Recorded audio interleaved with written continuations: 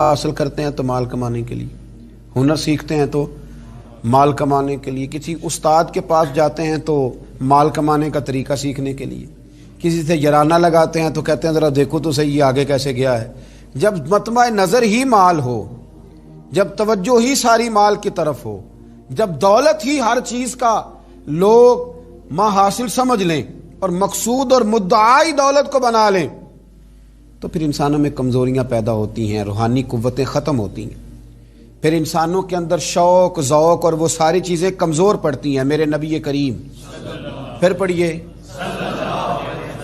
خوش ہو کے پڑھیے، نبی کریم صلی اللہ تعالی علیہ وآلہ وسلم نے نا ہمیں یہ سکھایا ہے، بتلایا ہے کہ قناعت کرو، تھوڑے پر راضی رہنا سیکھو۔ اور حضور علیہ الصلوۃ والسلام نے ارشاد فرمایا، مسند امام احمد بن حنبل میں حدیث موجود ہے، فرمایا اللہ تعالیٰ سے ایسی خواہشات سے پناہ مانگا کرو جو خواہشات تمہیں عیب میں ڈال دیں، اور فرمایا ایسی خواہش سے بھی اللہ کی پناہ مانگو جو خواہش پوری کرو تو وہ خواہش ایک اور خواہش میں ڈال دے۔ اللہ کی پناہ مانگو اس خواہش سے کہ جو پوری کی جائے تو پھر ایک اور خواہش میں تمہیں ڈال دے، اس سے اللہ تعالیٰ کی پناہ مانگو، پناہ مانگو، اللہ تبارک و تعالیٰ کی پناہ مانگو۔ بزرگوں نے لکھا ہے، حضرت محدث ابن جوزی علیہ رحمہ نے، کہ ایک شخص تھا، اس کے گھر میں ایک ناگن رہتی تھی۔ ناگن، وہ ناگن سونے کا انڈا دیتی تھی۔ بزرگ جب حکایات بیان کرتے تو سمجھانے کے لیے بیان کرتے، سونے کا انڈا دیتی تھی۔ اس ناگن نے اس طرح کیا کہ ایک دن اس کے گھوڑے کو ڈس لیا، گھوڑا مر گیا۔ گھر والوں نے شکایت کری کہ اس کو مار دینا چاہیے، گھوڑا آج اس کے ڈسنے سے مر گیا، یہ ناگن ہے، سونے کا انڈا تو دے گی لیکن ڈسے گی بھی ضرور، یہ ناگن ہے، انڈا سونے کا دے گی پر ڈسنا اس کی فطرت ہے، یہ ڈسے گی بھی۔ اس نے کہا بھی کوئی بات نہیں، سونے کے انڈے سے کئی گھوڑے آ جاتے ہیں، مر گیا تو کیا ہوا۔ کچھ دنوں کے بعد اس ناگن نے کتے کو ڈسا، کتا بھی مر گیا۔ گھر والوں نے شور مچایا کہ یہ ناگن ہے تو اسے دودھ پلاتا ہے، یہ سونے کا انڈا تو دے گی پر ڈسے گی بھی، اس لیے کہ ڈسنا اس کی فطرت ہے، اس کی طبیعت ہے۔ اس نے کہا کوئی بات نہیں، سونے کے انڈے سے کئی کتے خریدے جا سکتے ہیں۔ کچھ دنوں کے بعد اس نے پڑوسیوں کے کچھ جانوروں کو بھی ڈسا، لیکن جب انسان کی آنکھوں کے سامنے سونے کے انڈے کی اینک لگی ہوتی ہے نا، پھر کتنے لوگ ڈسے جا رہے ہیں اس کی پرواہ نہیں ہوتی۔ جب سونے کے انڈوں کی اینک لگ جاتی ہے پھر کتنے غریبوں کی کٹیا جلتی ہے پر اس کی پرواہ نہیں ہوتی۔ جب سونے کے انڈوں کی اینک لگ جاتی ہے پھر کتنے رشتے ٹوٹتے ہیں، لوگ پرواہ نہیں کرتے۔ سونے کے انڈے کی اینک لگی ہوئی تھی۔ پھر ایک وقت ایسا بھی آیا کہ اس شخص کا ایک ہی جوان بیٹا تھا، ایک ہی بیٹا، جس کی طرف دیکھ دیکھ کے ماں باپ جیتے تھے، جو ان کی آرزوؤں کی امیدوں کا مسکن تھا، جو ان کی آنکھوں کی ٹھنڈک تھا، روشنی تھا۔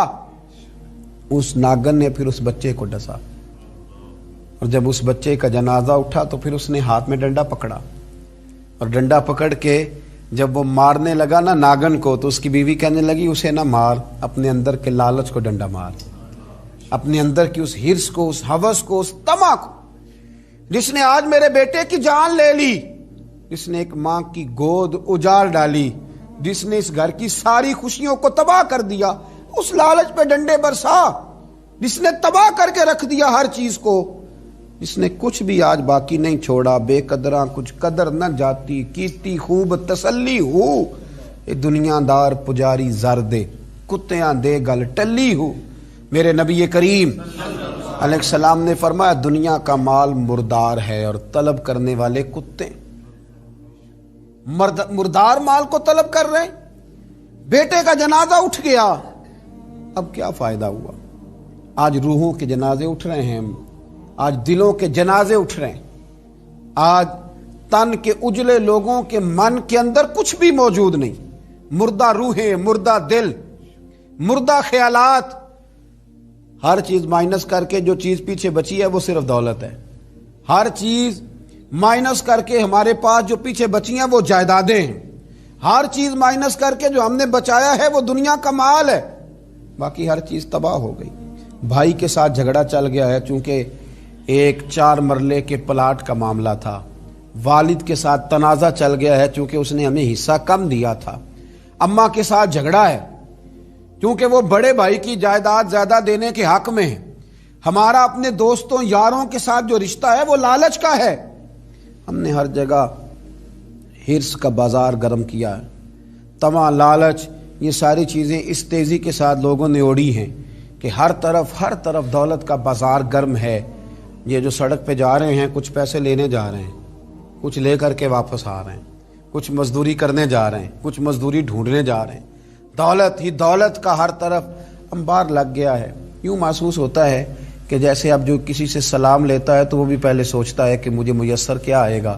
حضرت موسیٰ کلیم اللہ علی نبینا علیہ الصلاۃ والسلام، حضرت موسیٰ کلیم اللہ علیہ الصلاۃ والسلام کے زمانے میں ایک شخص تھا جو مستجاب الدعوات تھا، قوم جبارین کے پاس رہنے والا وہ شخص بلعم بن باورا اس کا نام تھا، مستجاب الدعوات تھا۔ اللہ نے اسے یہ درجہ عطا کیا تھا کہ جو دعا کرتا تھا رب اس کی قبول فرما لیتا تھا، اس کی دعائیں مقبول ہوتی تھی، اتنا اللہ کریم نے اسے نوازا تھا۔ جب حضرت موسیٰ علیہ السلام بنی اسرائیل کو لے کر اس قوم کی طرف گئے نا جہاد کرنے کے لیے، تو بلعم بن باورا پہاڑ پر عبادت کرتا تھا۔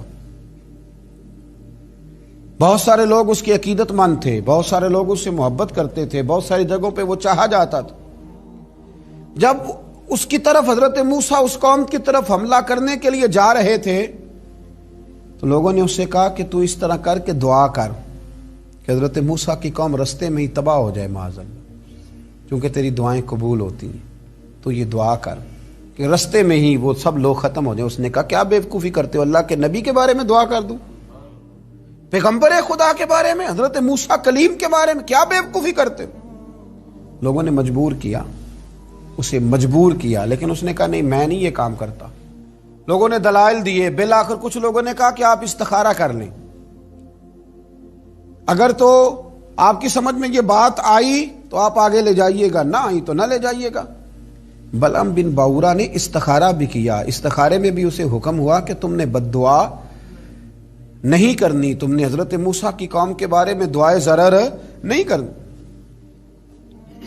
اب جب اس نے صاف ستھرا انکار کیا نا کہ بھئی میں دعا نہیں کروں گا اللہ کے پیغمبر کے بارے میں، نہ ان کی قوم کے بارے میں، تو لوگوں نے وہی حربہ استعمال کیا جو لوگ استعمال کرتے ہیں، ڈھیروں تحفے لے کے آ گئے، دولت لے کے آ گئے۔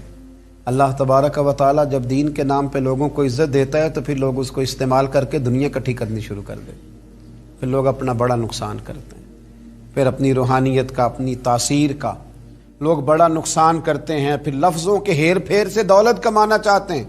لیکن یاد رکھیں لفظ تاثیر سے بنتے ہیں، تلفظ سے نہیں۔ لفظ تاثیر سے بنتے ہیں، تلفظ سے نہیں۔ اہل دل آج بھی ہیں اہل زباں سے آگے، اہل دل آج بھی ہیں اہل زباں سے آگے۔ پھر لوگ سودے کرنے لگتے ہیں اپنے الفاظ کے، حروف کے۔ بہت سارے جب تحائف ملے، قائل کیے تو آمادہ ہو گیا، دولت جو سامنے آئی لالچ کر گیا۔ اس کو قرآن حکیم نے بیان کیا ہے، اس واقعے کی طرف قرآن پاک نے اشارہ فرمایا۔ بلعم بن باورا نے ہاتھ اٹھائے اور دعا کے لیے جب نکلا تو جس گھوڑے پہ سوار تھا، جس گدھے پہ سوار تھا، جب یہ جا رہا تھا نا پہاڑ پہ چڑھ کے میں بد دعا کروں گا حضرت موسیٰ کی قوم کے لیے، جب جا رہا تھا تو گھوڑا واپس بار بار منہ پھیرتا تھا، واپس اس کو کہتا تھا نہ جا، واپس آ جا۔ یہ اس کو مارتا تھا، پہاڑ کی جانب لے جاتا تھا۔ اللہ اکبر۔ یہ بار بار مارنے لگا تو گھوڑے نے، اس کی سواری کے جانور نے دعا شروع کر دی۔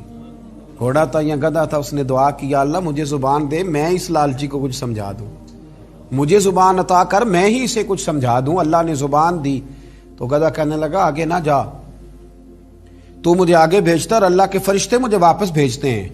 لیکن لالچ تھا نا طائف کا، دولت کا، جب چڑھا پہاڑ پہ اور حضرت موسیٰ کے لیے ہاتھ اٹھا کے قوم کے لیے بد دعا کرنے لگا تو لفظ حضرت موسیٰ کی قوم کے لیے ادا کرتا تھا، نکلتے اپنے لیے تھے اور ان لوگوں کے لیے تھے جنہوں نے دعا کے لیے کہا تھا۔ وہ لفظ پلٹ کے اسی پر آئے، اتنا اس کا برا حال ہوا کہ زبان لٹک گئی اور پھر اللہ کے شدید عذاب میں مبتلا ہوا۔ یہ لالچ عذاب کو آواز دیتا ہے، عذاب کو آواز دیتا ہے، اور انسان کی قناعت انسان کو عزت والا کر دیتی ہے۔ دعا ہے اللہ تعالیٰ کی بارگاہ میں، اللہ تعالیٰ ہمیں لالچ سے بچائے اور قناعت کی دولت